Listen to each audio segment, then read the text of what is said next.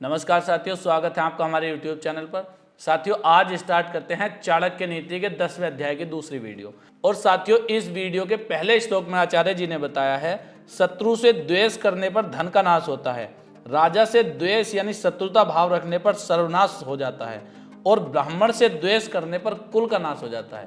पहली बात तो आचार्य जी कहते हैं किसी से द्वेष करना नहीं चाहिए, और उसके बाद यदि आप इनसे द्वेष करते हो तो क्या क्या नुकसान होता है सब बताया। शत्रु से द्वेष करने पर धन का नाश होता है, राजा से द्वेष करने पर सर्वनाश हो जाता है, ब्राह्मण से द्वेष करने पर कुल का नाश हो जाता है। अगले श्लोक में साथियों आचार्य जी ने बताया है, निर्धनता अभिशाप है। अब वो कैसे है?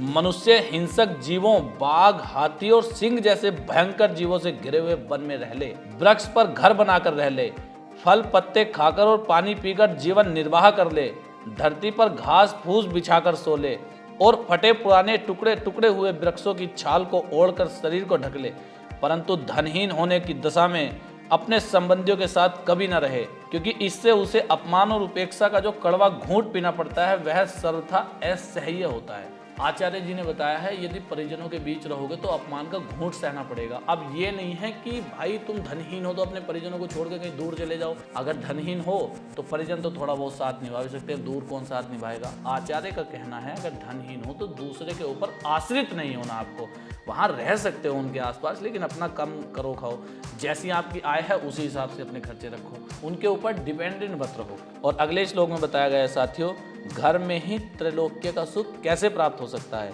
जिस मनुष्य की माँ लक्ष्मी के समान है, पिता विष्णु के समान है और भाई बंधु विष्णु के भक्त हैं, उसके लिए अपना घर ही तीनों लोकों के समान होता है। साथियों, जिनकी माँ लक्ष्मी स्वरूप है, लक्ष्मी के जैसे आचरण करती है, जिनका पिता विष्णु स्वरूप है, पालक, पालनहार, विष्णु को कहते हैं पालनहार, जैसे पालनहार विष्णु जी हैं ऐसे ही पालनहार जिसका पिता है, और जिसके भाई बंधु विष्णु के भक्त हैं और अपने पिता के भक्त हैं, तो ऐसा घर साथियों स्वर्ग के समान माना गया है।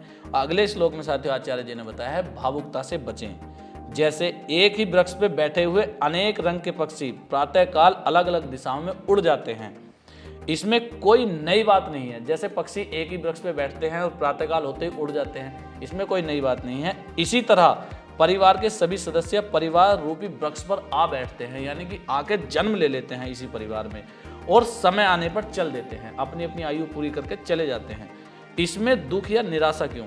आचार्य जी कह रहे हैं इसमें बहुत ज़्यादा दुखी या बहुत ज़्यादा निराशा होने की जरूरत नहीं है। हम अपना किरदार निभाने आए हैं, दूसरे अपना किरदार निभाने आए हैं, परिवार के सभी लोग अपना अपना किरदार निभाने आए हैं। हालांकि दुख होता है, लेकिन आचार्य ने बताया है अपना किरदार निभाने कोई आया था परिवार का सदस्य और चला गया तो बहुत ज़्यादा दुखी नहीं होना, और अपना जो भगवान ने कार्य करने के लिए धरती पर भेजा है वो अपना पार्ट, अपना रोल, अपना किरदार बहुत अच्छे से निभाओ, और फिर सबको एक ही जगह जाना है साथियों।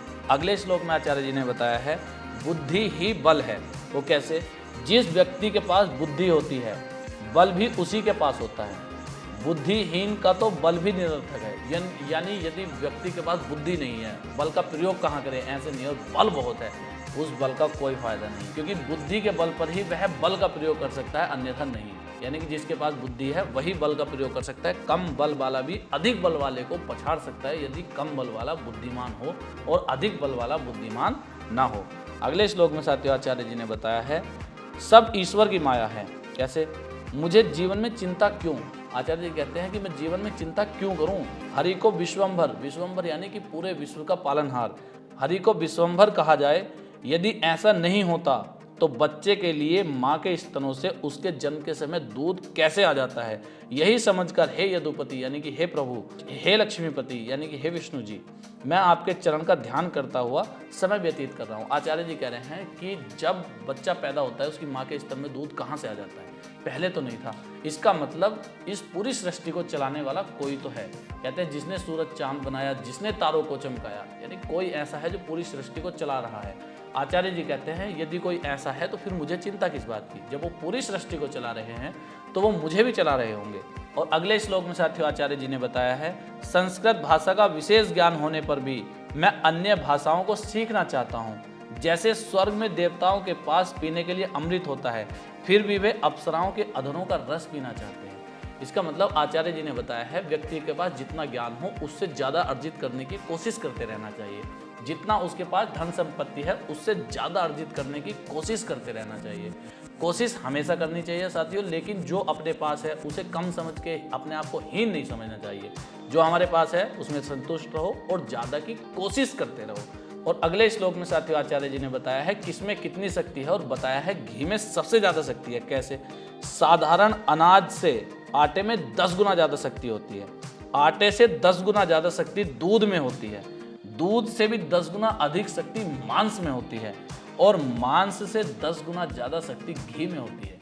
आचार्य जी ने बताया सबसे ज़्यादा शक्ति घी में। और अगला एवं आज के लास्ट श्लोक में आचार्य जी ने बताया है चिंता चिता के समान है।